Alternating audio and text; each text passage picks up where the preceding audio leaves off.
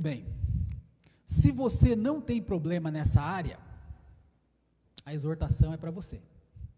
Se você tem problema nessa área, também. Entendeu? Queridos, qual é a exortação? Viver para agradar a Deus em santidade na área sexual.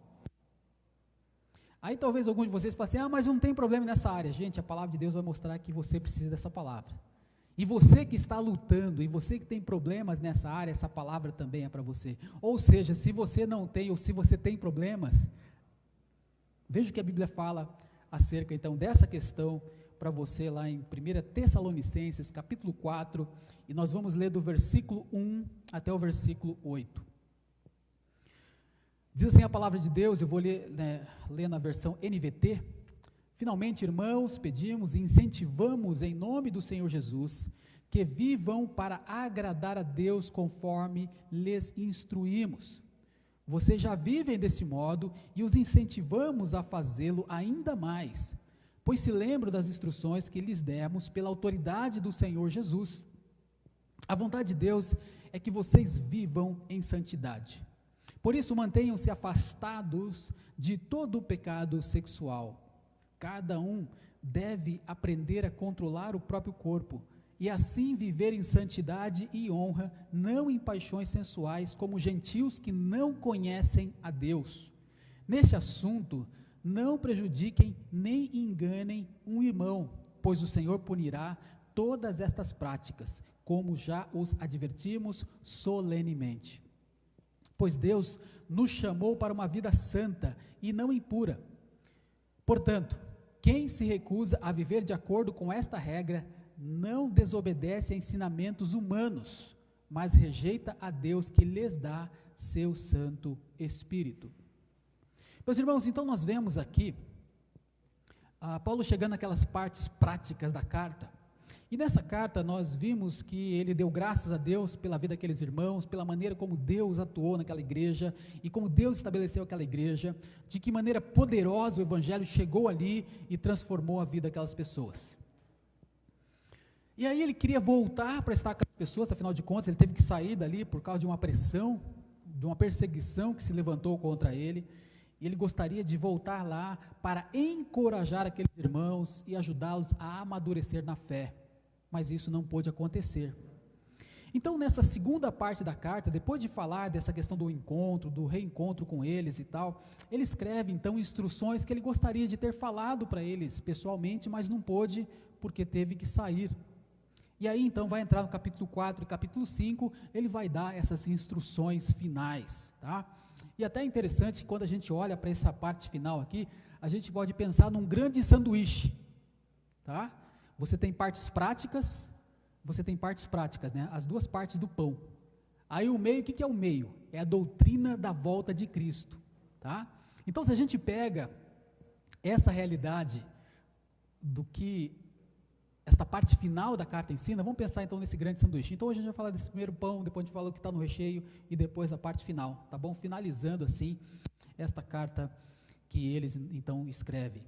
Então, veja só, meus queridos, esse texto que nós lemos, ele fala diretamente sobre uma conduta que agrada a Deus. Essa exortação, ela é para pessoas que vivem no meio da provação e que querem viver de um modo a agradar a Deus. Então vamos pensar o seguinte, uma conduta que agrada ao Senhor, como é que ela acontece? Uma conduta que agrada a Deus, ela é mantida em progresso, e ela é marcada pela pureza. A gente vai ver essas duas coisas aqui. Então, uma conduta que agrada a Deus, ela é mantida em progresso, ou seja, veja só o que ele fala aqui, nós pedimos, incentivamos, versículo 1, em nome do Senhor Jesus, que vivam para agradar a Deus, conforme lhes instruímos. Então, veja só, ele falou, olha, eu quero que vocês vivam dessa maneira. Agora, logo na sequência, ele fala, vocês já vivem desse modo. Então, meus irmãos, veja só, o que o apóstolo está pedindo, o que aquela equipe estava pedindo àqueles irmãos, é que eles pudessem viver e continuar vivendo de acordo com aquela máxima de agradar a Deus que eles já tinham abraçado e já estavam vivendo desta maneira.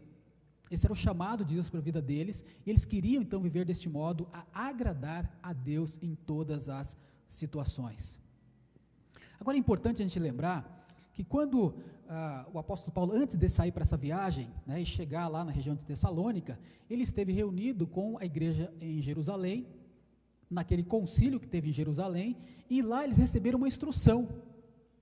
Olha, vocês vão evangelizar os gentios, e quando chegar lá, não imponham outros cargos, a lei do Antigo Testamento sobre eles, falem sobre a fé em Cristo Jesus, e agora na parte ética, diga para eles o seguinte: abstenham-se de comer alimentos oferecidos a ídolos, de consumir carne ou sangue de animais estrangulados e de praticar imoralidade sexual.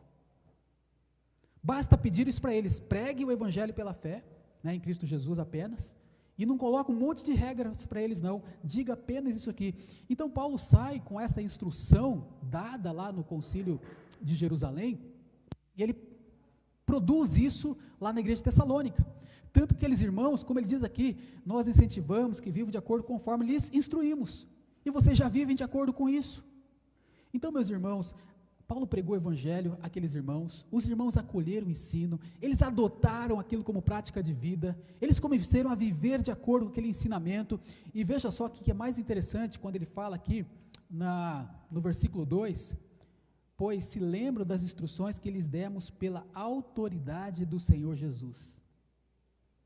Os irmãos em Tessalônica, ao receber aquelas orientações, aqueles ensinamentos, aqueles mandamentos, dado por aquela equipe missionária, eles não pensaram que eram regras de uma igreja, de pessoas, mas eles entenderam que aquilo estava debaixo da autoridade do Senhor Jesus Cristo. Jesus tinha enviado eles a levar aquela palavra. Mas o que eu quero chamar a nossa atenção aqui, em primeiro lugar, meus irmãos, que essa conduta que agrada a Deus, e como eu disse, ela é mantida em progresso, porque veja só, Paulo está reconhecendo que aqueles irmãos já vivem daquele modo, volta ao finalzinho do versículo 1, ele fala, vocês já vivem desse modo, e os incentivamos a fazê-lo ainda mais. Ou seja, que bom que vocês estão andando neste caminho, que bom que vocês estão nesta trilha, seguindo os caminhos e a vontade do Senhor, mas então, ele não faz nenhuma censura, ele não puxa a orelha deles, mas fala assim, vamos seguir em frente, vamos adiante. Meus irmãos, sabe o que me chama a atenção nesse texto bíblico aqui? É que tem crente que acha o seguinte, eu já ouvi essa história, eu já recebi esse ensino, eu já aprendi sobre isso, então eu não preciso mais. Olha só, tem uma igreja que Paulo está dizendo, vocês já vivem deste modo, mas nós os incentivamos a fazer mais. Então, meus irmãos, porque muitas vezes tem crentes que pensam assim, já cheguei nesse patamar, está bom, é o suficiente. Se você quer ter uma conduta que agrada a Deus, mantenha essa conduta em progresso, sempre crescendo, sempre avançando, sempre fazendo mais. Afinal de contas, meus irmãos, aquela igreja foi incentivada a fazer isso da mesma forma como nós somos incentivados a crescer na graça e no conhecimento de Jesus, como diz o apóstolo Pedro.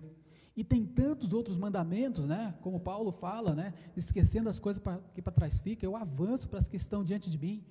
Então a vida cristã é um constante avanço, porque quando o crente ele se acomoda, ele fala, tá bom, é o suficiente, ele está na realidade retrocedendo, ele está voltando, deixando de crescer na sua vida espiritual. E o grande pensamento e o grande erro é o seguinte, eu já ouvi, eu já conheço esse texto, eu já conheço essa história, eu já conheço esse mandamento. Por isso que no início dessa mensagem eu disse, se você não tem problema nessa área, a mensagem é para você. Se você tem, também é para você. Porque aqueles irmãos estavam vivendo de acordo com a vontade de Deus, e era para eles a mensagem. Então perceba isso, queridos. Agora uma coisa aqui, também tem que louvar a Deus, e reconheço que muitos de vocês têm aprendido a viver de modo que agrada a Deus.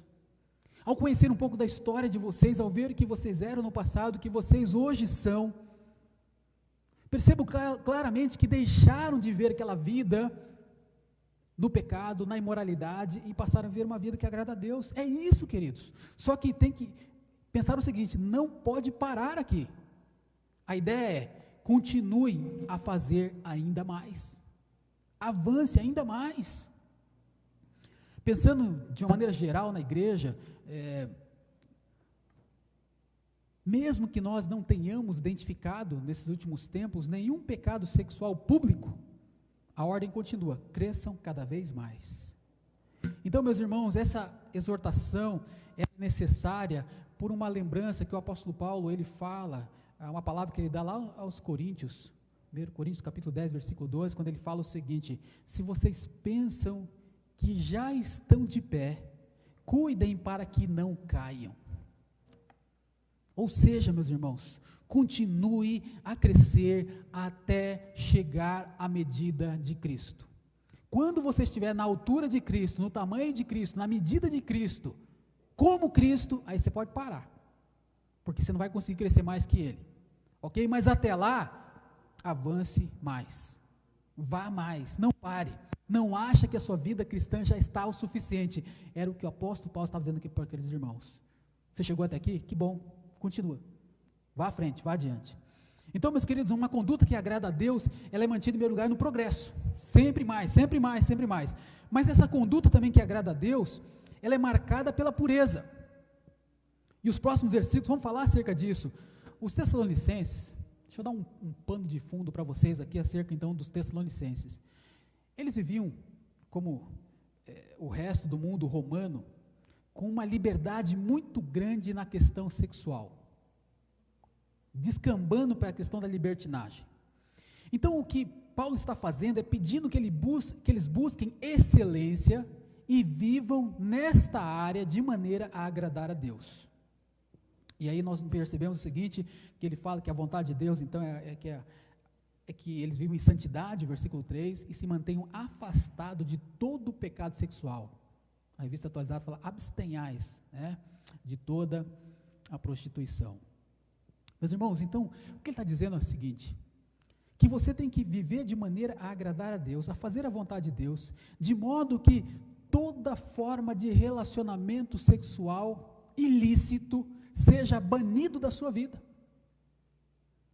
Era isso que ele estava pedindo para aquela igreja, todo tipo de imoralidade sexual. Porque, veja só, havia naquele tempo, uma enorme frouxidão moral naqueles impérios, no Império Grego, no Império Romano. Por exemplo, citando uma das coisas, né, que acontecia muito naquela época, um homem ele podia ter uma companheira amante. Olha só, um homem, independente se era casado ou solteiro, ele podia ter uma companheira amante que lhe fornecia. A amante era para ele conversar.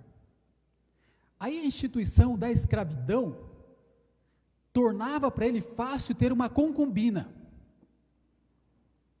para ele ter filhos, se ele quisesse outros, tá?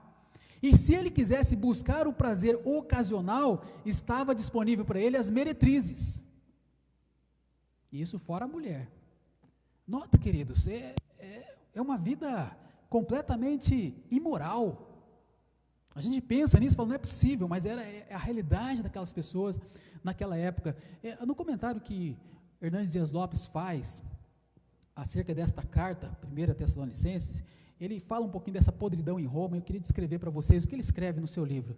Ele fala o seguinte, ele cita um escritor, né, ele fala sobre Sêneca, que escreveu o seguinte: mulheres casam para se divorciar e se divorciam para casar.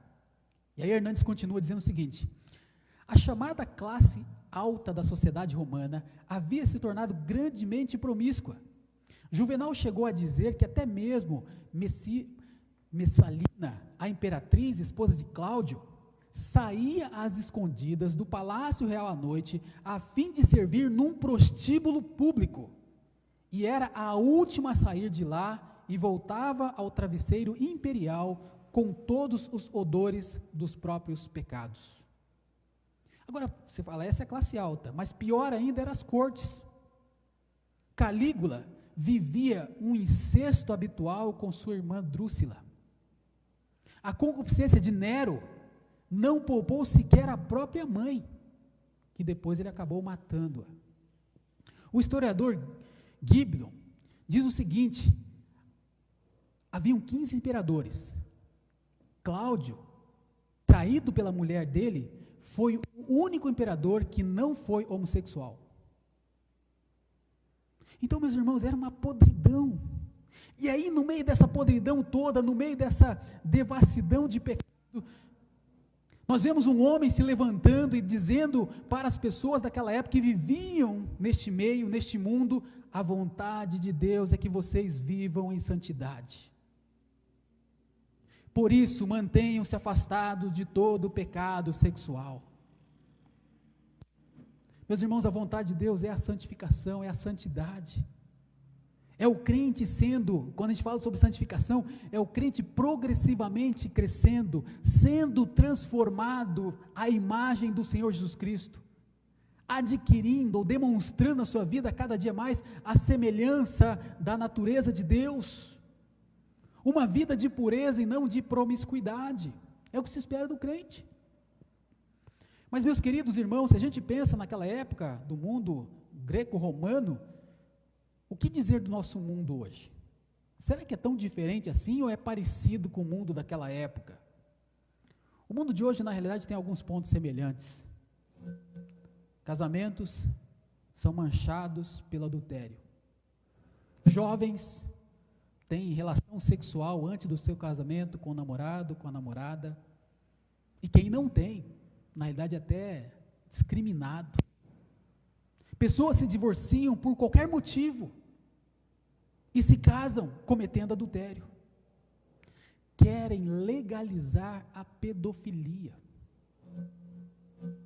Querem legalizar a zoofilia.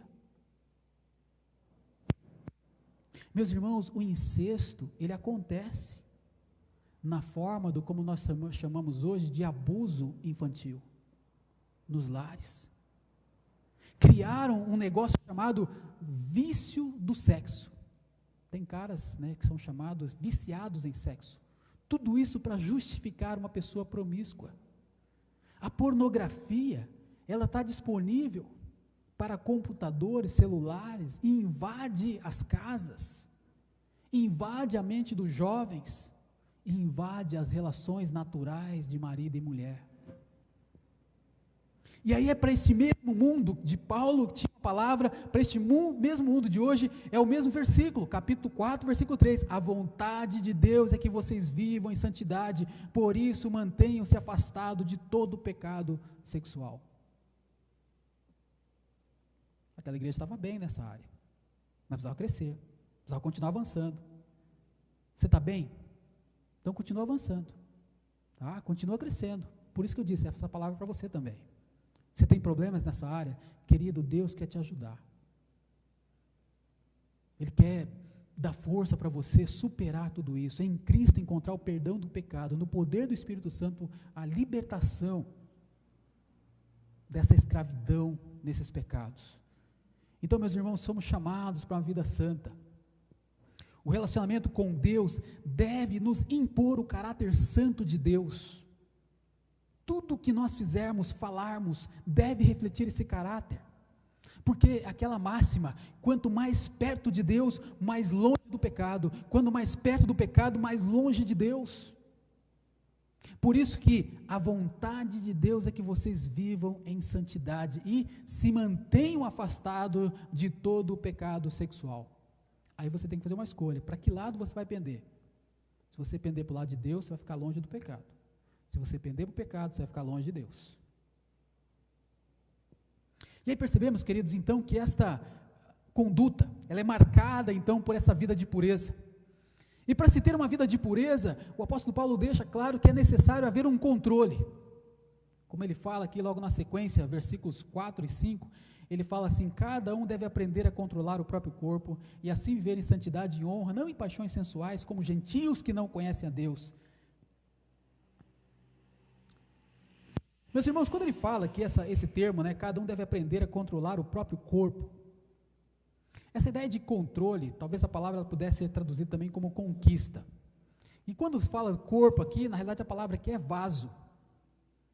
E aí a gente fica pensando, então, conquistar o vaso, controlar o vaso. Quando a gente fala em conquistar o vaso, na realidade, pensando com a cabeça do judeu, está se pensando em conquistar a sua esposa. Porque lembra, Pedro fala que a esposa é a parte mais frágil, é o vaso frágil, né, no relacionamento. Então, essa conquista da mulher, se a gente pensar dessa maneira, ela deve acontecer em santificação e honra. A conquista da mulher, ela deve ser feita em santidade. O relacionamento deve ser estabelecido em santidade, deve ser estabelecido em honra.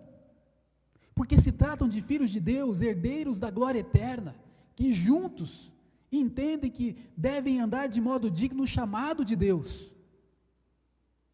Então, num relacionamento assim, de jovens, né, de homem, de mulher, cristãos, esse controle deve acontecer pela santidade. Eles têm que honrar a Deus com esse relacionamento. Se a gente pensar pelo outro lado, a ideia de, não de conquistar o vaso, mas a ideia de controlar o vaso, ou de controlar o próprio corpo, a ideia então é de ter domínio. O corpo não deve ser instrumento de injustiça, não deve ser instrumento de iniquidade, não deve ser instrumento de pecado, mas ele deve ser oferecido a Deus, de maneira que os membros eles sirvam para Deus como instrumento de justiça. Então, em vez de usar o seu corpo para o mal, usar o seu corpo para o pecado, você oferece ele a Deus. Então, né, tem um debate aqui nesse texto do que é que o apóstolo Paulo está falando. Será que ele está falando da esposa? Será que ele está falando da pessoa controlar o próprio corpo? A impressão que dá é que ele esteja falando talvez da pessoa controlar o próprio corpo, porque ele está escrevendo para a igreja toda, para jovens, casados, solteiros, homens, mulheres, novos, idosos, sabe? Está fazendo para todo mundo. Então todo mundo tem que aprender a controlar o seu próprio corpo e não se entregar a nenhum tipo de paixão, a nenhum tipo de, como ele fala aqui, de paixões sensuais, como os gentios que não conhecem a Deus. Esse pessoal que não conhece a Deus, eles vivem pelo corpo. O corpo determina muita coisa em suas vidas. E o apóstolo Paulo então diz que não deve ser dessa maneira. Então, meus irmãos, não devemos agir como pessoas que não conhecem a Deus. Aprenda a ter controle. Não use o seu corpo como instrumento de injustiça, de iniquidade, para proliferar pecados, para manifestar pecados. Não seja como os gentios que não conhecem a Deus. Então pensa na sua roupa, pensa no seu comportamento, pensa no seu procedimento, pensa no seu relacionamento, use o seu corpo para a glória de Deus. Outra coisa que ele fala acerca dessa questão de que a conduta, né, ela é marcada pela pureza. Isso envolve relacionamento, sem dúvida nenhuma, uma pessoa com a outra, não é verdade? E aí ele comenta então aqui, ele coloca aqui no versículo 6 e 7 o seguinte: neste assunto, que assunto que ele está falando? A questão da santidade, a questão da pureza, tá? A questão da gente não se entregar para a sensualidade. Ele fala, então, nesse assunto, não prejudiquem nem enganem o irmão, pois o Senhor punirá todas essas práticas, como já os advertimos solenemente, pois Deus nos chamou para uma vida santa e não impura. Meus irmãos, essa palavra aqui, quando ele fala, né, no versículo 6, não prejudiquem e nem enganem, né? Na versão revista atualizada fala, não ofendam e não defraudem, ok? Então assim, uma dessas palavras tem um significado muito interessante. Por exemplo, quando fala assim, a ideia de prejudicar, de ofender, que é a primeira palavra aqui, essa palavra significa transgredir, ultrapassar os limites. E aí, a ilustração, talvez, que essa palavra nos oferece, é alguém que defrauda o outro nos negócios, ou seja, faz com que alguém deixe de possuir algo que pertence, porque ele conquista aquilo por meio da fraude. Então ele ultrapassa aquela linha da honestidade, do negócio correto, para enganar o outro, para prejudicar o outro, e ter de alguma forma um benefício em cima daquela outra pessoa. E aí, meus queridos, quando a gente pega esta palavra, esta ideia, então, de você ir além, ultrapassar esse limite, e você se apropriar de alguma coisa que não é sua, através do engano, da fraude, e nós trazemos essa ideia e colocamos no campo, como ele está colocando aqui, sexual, nós podemos pensar em algumas coisas sérias e graves. Pessoas podem usar essas mesmas artimanhas para prejudicar, para ofender, para transgredir, ultrapassar essa linha, esse limite, sabe com quem? Um adulto com uma criança. Um líder com um jovem. Um homem com uma mulher. Simplesmente para quê, queridos? Para obter a sua satisfação sexual. Então essa palavra aqui é muito séria. E logo na sequência, então ele diz outra coisa, ele fala, outra palavra que ele usa aqui, prejudiquem a primeira, né, e nem enganem.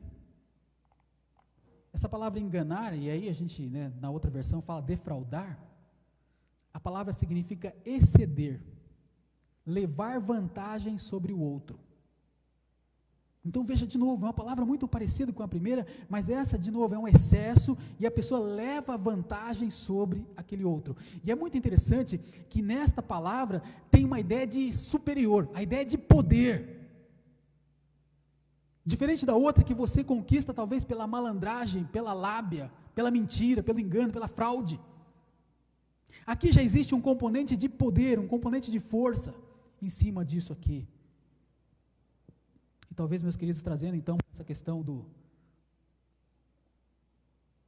ambiente sexual, nós podemos aplicar isso aqui ao abuso, ao estupro, à relação não consentida com alguém que não estava disposto a entregar. Mas sabe o que chama atenção, irmãos? É que quando o apóstolo Paulo fala acerca disso, logo na sequência, ele fala acerca do Senhor. Ele descreve, ele dá um adjetivo aqui, na minha versão não está esse adjetivo, tá? Quando ele fala assim, pois o Senhor punirá todas essas práticas. Tem um adjetivo aqui que é o Senhor vingador. O Senhor vingador. O Senhor punirá essas pessoas. Deus é um e não deixará estas pessoas impunes. Então, se alguma vez na sua vida você passou por uma situação dessa, em que alguém passou os limites, excedeu sobre a vida de você, te prejudicou, tá? Marcou a sua vida de uma maneira completamente errada, como diz a palavra de Deus, te prejudicou, te enganou, ou na outra versão, te ofendeu, te defraudou. Talvez ela possa achar que está tudo bem hoje, mas a palavra de Deus diz, o Senhor é vingador. O Senhor vai fazer essa pessoa ser punida por causa disso. Esse adjetivo então cabe ao Senhor. Então se você já passou por essa experiência, no caso, né, sofreu esse tipo de situação, entrega tudo isso ao Senhor e fala, Deus, a minha vida te pertence, eu fui comprada por um alto preço, não vai ser essa história ruim que aconteceu comigo que vai determinar toda a minha vida. Quem determina a minha vida é o Senhor. O Senhor é o meu Senhor, Salvador, o dono da minha vida, eu vou estar para sempre contigo, e esta pessoa é o Senhor que vai tratar com ela. E Deus vai tratar, meus irmãos, Deus vai tratar com essas pessoas. O Senhor punirá. Então fica muito claro, meus irmãos, que a vontade de Deus é santidade. Agora deixa eu dizer o outro lado. Eu falei da pessoa que sofre então o abuso, sofre a pressão, sofre essas situações. Vamos pensar o outro lado. De quem faz, de quem prejudica o outro, de quem defrauda o seu próximo. Não ache que você vai ficar e vai passar ileso, impune a toda essa situação. Deus é vingador. Pare hoje mesmo com essas práticas. Se isso existe no seu coração, pensamentos que são alimentados por isso, para. Muda de vida e comece uma vida nova diante do Senhor. E veja só, Paulo está escrevendo isso aqui no contexto de igreja. Ele não está falando para o mundão, não, gente. Está falando para crentes que estavam andando com Cristo, estavam crescendo, estavam avançando, estavam indo tudo bem. Então significa que situações como essa podem acontecer num ambiente saudável. Por isso que eu disse, essa palavra é para todos nós. Porque era para aquela igreja num momento importante, especial que eles estavam vivendo. Meus irmãos, como o texto diz, Deus nos chamou para uma vida santa e não impura. Muda hoje a sua vida, começa a viver em santidade e pureza para a glória do Senhor. Então, meus irmãos, essa conduta, em primeiro lugar, é mantida em progresso, mas também ela é marcada pela pureza. Nós precisamos aprender a controlar o nosso corpo, nós precisamos entender o seguinte, que prejudicar o outro traz sobre as nossas vidas a manifestação de Deus, a punição de Deus contra aquele que provoca esses males no seu próximo. E concluindo, meus irmãos, eu quero usar a própria conclusão do apóstolo no versículo 8, portanto, quem se recusa a viver de acordo com estas regras, não desobedece a ensinamentos humanos, mas rejeita a Deus que lhe dá seu Santo Espírito. Veja só, Deus deu para esse camarada que está pensando essas coisas o Santo Espírito. Não parece um negócio meio estranho? Então, meus irmãos, significa aquele que pensa estar de pé, cuide para que não caia. Toma cuidado na sua vida. Meus irmãos, todos nós precisamos tomar cuidado.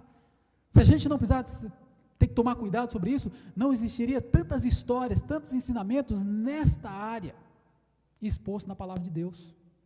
Então a gente precisa lembrar disso, meus irmãos. Então o crente, ele não pode ouvir uma exortação como essa e desconsiderar, isso não é comigo. É assim, meus irmãos, isso aqui é com todos nós, tá? E aí aqueles irmãos foram exortados a pensar nisso. Quando você desconsidera o ensinamento, você desobedece mandamentos humanos. Quando você diz, isso não me afeta, isso não tem nada a ver comigo, você não está rejeitando ensinamentos humanos, você, como diz a palavra de Deus, está rejeitando a Deus. É sério, é muito sério tudo isso aqui, meus irmãos. Por isso que eu falei, tem tudo a ver com todos nós, é para todos nós isso aqui. Algumas pessoas pensam assim, mas isso não é tão sério, isso não é tão perigoso, não tem tanto problema assim, isso nunca aconteceu comigo. Então não espere que aconteça, meu irmão. Mantenha-se na presença do Senhor, ouça a exortação da palavra de Deus e mantenha-se firme com Ele. Não recuse o ensinamento da palavra de Deus, porque você estará rejeitando ao Senhor. E quando você desobedece a Deus, quando você desobedece um ensino como esse, isso afeta diretamente o relacionamento seu com a igreja, seu com o corpo de Cristo. Você para de crescer, você é afetado por tudo isso. Meus irmãos, aquela igreja estava crescendo, aquela igreja estava experimentando uma manifestação tão especial de Deus no meio deles, mas essa palavra era necessária para eles. Eu penso que a nossa igreja está no momento também, de cuidado, da graça de Deus. Se não fosse a pandemia, acho que a gente estaria num momento bem legal como igreja, mas veio a pandemia, mas essa palavra também é para nós, para cada um de nós, para todos nós. Meus irmãos, que no poder do Espírito Santo, na palavra de Deus, baseado nas nossas vidas, possamos ver em santidade, como Deus quer que nós vivamos. Amém? Vamos orar.